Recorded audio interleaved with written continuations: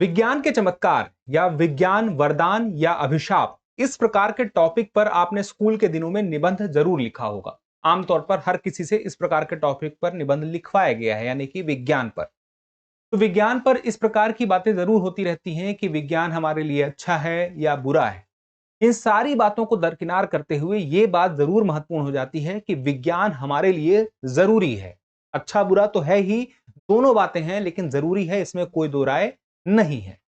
इसी वजह से विज्ञान को लेकर के एक लोगों के मन में यह जिज्ञासा बनी रहे कि और क्या हो सकता है और क्या सोचा जा सकता है, और यह हमेशा हर वक्त हर कहीं पर कहीं ना कहीं कोई ना कोई सोच रहा है।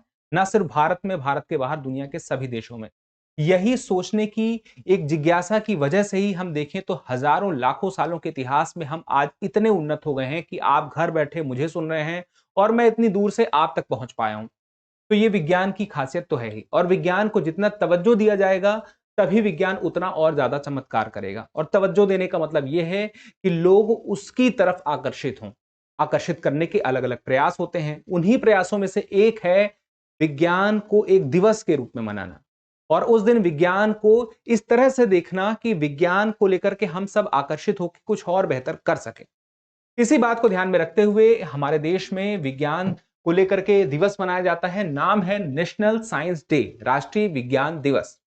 इसी पर आज हम बात करने वाले हैं। नमस्कार दोस्तों, मैं हूं केवल आपके सामने और आप देख रहे हैं दृष्टि आईएएस। अब चलिए मुद्दे को देखते हैं। नेशनल साइंस डे 28 फरवरी को मनाया जा रहा है, और ना सिर्फ इस साल मनाया जा रहा है, पिछले साल भी मनाया गया था, उसके पिछले साल भी मनाया गया था, बीते कई सालों से मनाया जा रहा है। और मनाने के पीछे जिस व्यक्ति को आप जानते हैं वो हैं डॉक्टर सीवी रमन, चंद्रशेखर वेंकट रमन। इनकी वजह से ही यह दिवस मनाया जाता है। तो इनकी वजह से क्या क्या इस दिन इनका जन्म हुआ था? तो वो बात नहीं है, बात कुछ और है। 28 फरवरी को राष्ट्रीय विज्ञान दिवस इसलिए मनाया जाता है क्योंकि 1928 में इन्होंने एक रमन प्रभाव की खोज की थी 28 फरवरी में, और इस बात की याद में ही मनाया जाता है। तो 1928 में 28 फरवरी को क्या हुआ? रमन प्रभाव की खोज हुई, जिसकी वजह से हम ये मना रहे हैं। लेकिन ऐसा नहीं कि हम 1928 से ही मना रहे हैं, हम 1987 से यह दिवस मना रहे हैं। राष्ट्रीय विज्ञान दिवस पहली बार 1987 में मनाया गया। अब बात यह आती है कि इसको मनाने की शुरुआत के पीछे किसने यह बात शुरू की? राष्ट्रीय विज्ञान और प्रौद्योगिकी संचार परिषद के अनुरोध पर यह शुरू हुआ था। और इस बार की थीम क्या है? विकास भारत के लिए विज्ञान और नवाचार में वैश्विक नेतृत्व के लिए भारतीय युवाओं को सशक्त बनाना। ये 2025 की थीम है। अब यहां पे बात आ जाती है, हम थोड़ी सी समझ सकें इस राष्ट्रीय विज्ञान दिवस के मनाने के उद्देश्य को। जैसे मैंने शुरू में ही आपको बता दिया था, सबसे बड़ी बात यह है कि दैनिक जीवन में विज्ञान के अनुप्रयोगों के महत्व को हम समझ सकें। जैसे इस वक्त हम उसी अनुप्रयोग का ही एक हिस्सा हैं, इस वक्त आमने सामने है। तो मानव कल्याण के लिए क्या गतिविधियां हो सकती हैं? जैसे टेलीफोन है, कॉल है, माइक्रोवेव है, तमाम प्रकार की चीजें, गाड़ी हैं, डिवाइसेस हैं, इसके अलावा गैजेट्स हैं, या कुछ भी है जो आप आसपास देख सकते हैं जिसमें प्रकृति ने पैदा नहीं किया, हमने तैयार किया है। अब उसके बाद देखें, विज्ञान के विकास के लिए सभी मुद्दों पर चर्चा हो सके, इसके लिए यह दिन अपने आप में महत्वपूर्ण हो जाता है। और मुख्य बातें यही हैं जो आपको मैंने स्पष्ट कर दी हैं।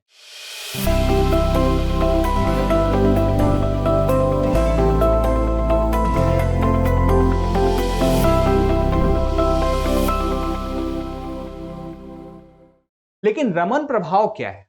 देखिए, चंद्रशेखर वेंकट रमन एक बहुत ही बेहतरीन व्यक्तित्व है, विद्वान व्यक्ति हैं, और सिर्फ विद्वान नहीं है, इनफैक्ट वो कुछ सोच रहे हैं, आविष्कार कर रहे हैं, कुछ खोज रहे हैं, ये उनकी क्षमता है।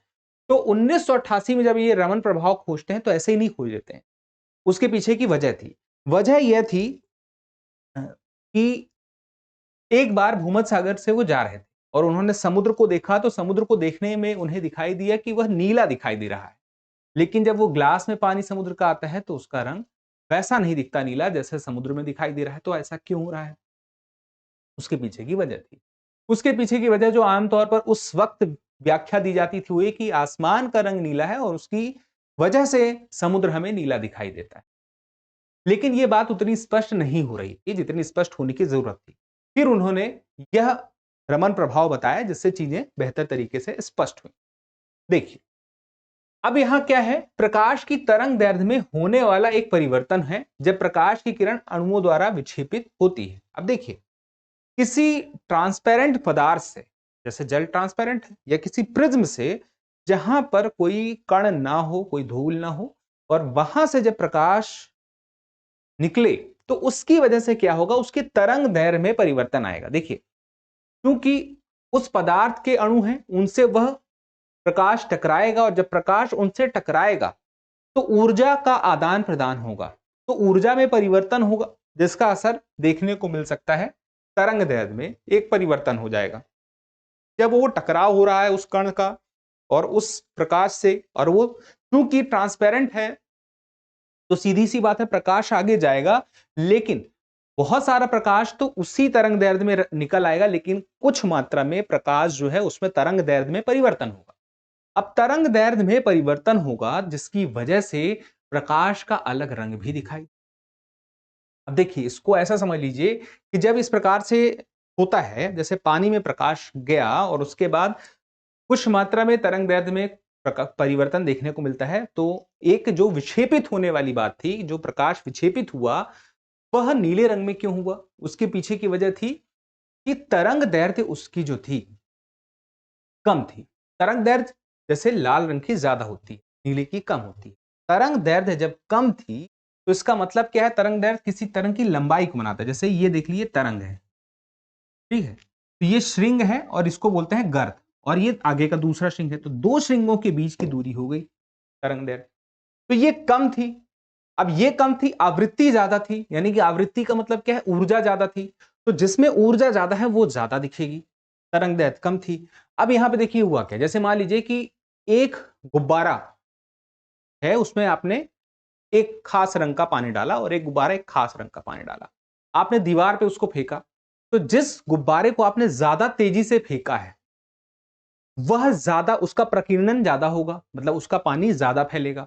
वैसे ही यहां पे क्या हुआ, प्रिज्म से जब यह गुजरा, प्रकाश गुजरा या जल से गुजरा, तो वहां पे तरंग दैर्ध्य जिसका कम था, आवृत्ति उसकी ज्यादा थी, ऊर्जा यानी कि उसमें ज्यादा थी, तो वह सबसे ज्यादा अलग तरीके से दिखाई देगा। तो नीला रंग उसकी वजह से समुद्र का जैसे दिखाई दिए, क्योंकि वो गया उसमें, अणुओं से टकराया, अणुओं से टकराने के बाद तरंग दैर्ध्य में भी परिवर्तन हुआ, और परिवर्तन के साथ साथ जो पहले दिखा रंग वो नीला दिखा। ठीक है, तो वो फिर आगे फिर कुछ अणुओं से टकराया जो उसी तरंग दैर्ध्य में निकल आया था, क्योंकि अधिक मात्रा में प्रकाश तो वैसा का वैसा उसी तरंग दैर्ध्य में आ गया, तो वो उससे टकराया, फिर आगे टकराया, फिर उससे फिर थोड़ा सा फिर एक परिवर्तन हुआ, फिर एक परिवर्तन हुआ, तो जो पहले दिख रहा था वो कौन सा था, और वही फिर बढ़ता गया। तो ये एक प्रक्रिया है जिसमें पता चलता है कि जब प्रकाश की किरण किसी रासायनिक यौगिक के पारदर्शी नमूने से होकर गुजरती है, तो धूल से मुक्त जब वह होता है, तो वैसे में प्रकाश का एक छोटा सा अंश किरण के अलावा, आपतित किरण के अलावा अन्य दिशाओं में निकलता है। तो वो जो अन्य दिशाओं में निकला वो अलग प्रकार का था, और अधिकांश जो भाग था अपरिवर्तित तरंग दैर्ध्य का, लेकिन एक छोटा सा हिस्सा वह क्या था, आपतित प्रकाश से भिन्न होता है, और जिसका तरंग दैर्ध्य जो अलग हो गया है अब, उसी वजह से अणुओं को टकराने की वजह से यह रमन प्रभाव का परिणाम है। और यह प्रक्रिया जब लगातार होती रहती है, चूंकि पानी ज्यादा है वहां पे लगातार होती रहती है, तो अब उसमें क्या हुआ, क्योंकि उसकी तरंग दैर्ध्य कम थी, आवृत्ति ज्यादा थी, तो वो हमें नीला दिखाई देता है। तो इसी प्रकार से अब चूंकि ये सीवी रमन का ऐसा हम देखें प्रभाव है, या ऐसा सीवी रमन का यह जो रमन इफेक्ट है, इसका अपना एक ऐसा प्रभाव है जिसकी वजह से आज हम देखें जितने हमारे अंतरिक्ष कार्यक्रम होते हैं, ना सिर्फ हमारे बल्कि दुनिया के, इनफैक्ट पुलिस के पास भी एक खास प्रकार का डिटेक्टर होता है जो पदार्थ के बारे में पता लगाने में उपयोग लाया जाता है, उसमें भी इसी रमन प्रभाव का उपयोग किया जाता है। इसी तरीके का, या इस पैटर्न का, या इस साइंस का हम कह सकते हैं उपयोग किया जाता है। तो चंद्रशेखर वेंकट रमन के बारे में मोटा मोटा आपको ये पता रहे कि इनका जन्म कहां हुआ था, तमिलनाडु में हुआ था, तिरुचिरापल्ली में 7 नवंबर 1888 को हुआ था। 1904 में इन्होंने मद्रास विश्वविद्यालय से बीए की डिग्री हासिल की थी, और फिर अंग्रेजी और भौतिकी में मुख्य विषयों में स्वर्ण पदक जीता था इसमें उन्होंने। ये बड़ी बात है, विद्वान तो थे ही। और 1917 में कलकत्ता विश्वविद्यालय में प्रोफेसर के पद पर रहे, और 1933 में भारतीय विज्ञान संस्थान बेंगलुरु में प्रोफेसर बने।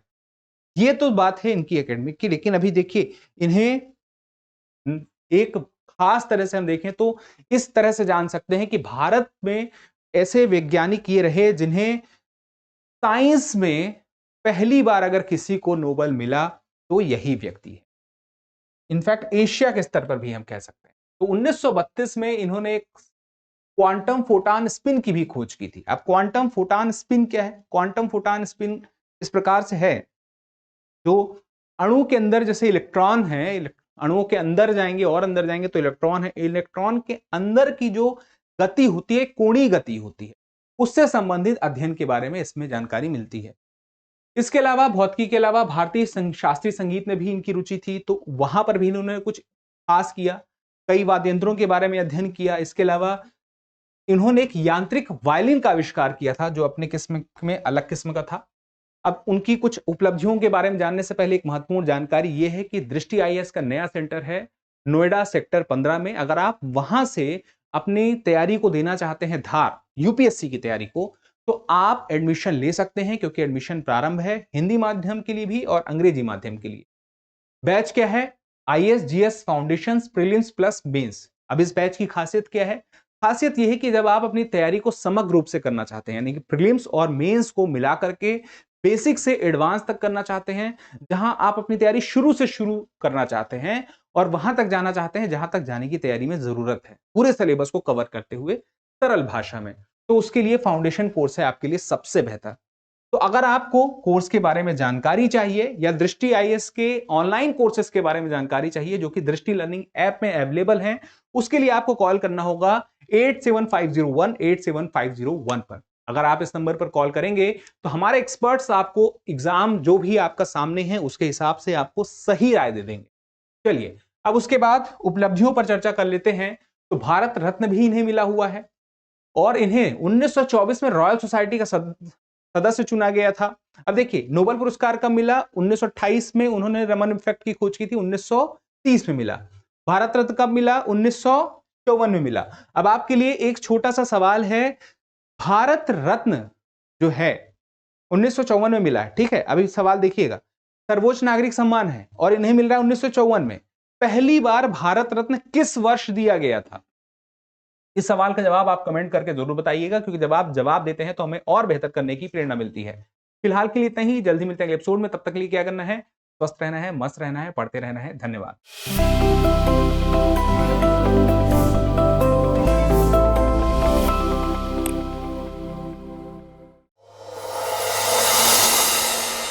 डियर व्यूअर्स, अपने एग्जाम की तैयारी को और बेहतर करने के लिए हमारे चैनल को लाइक, शेयर और सब्सक्राइब करना न भूलें।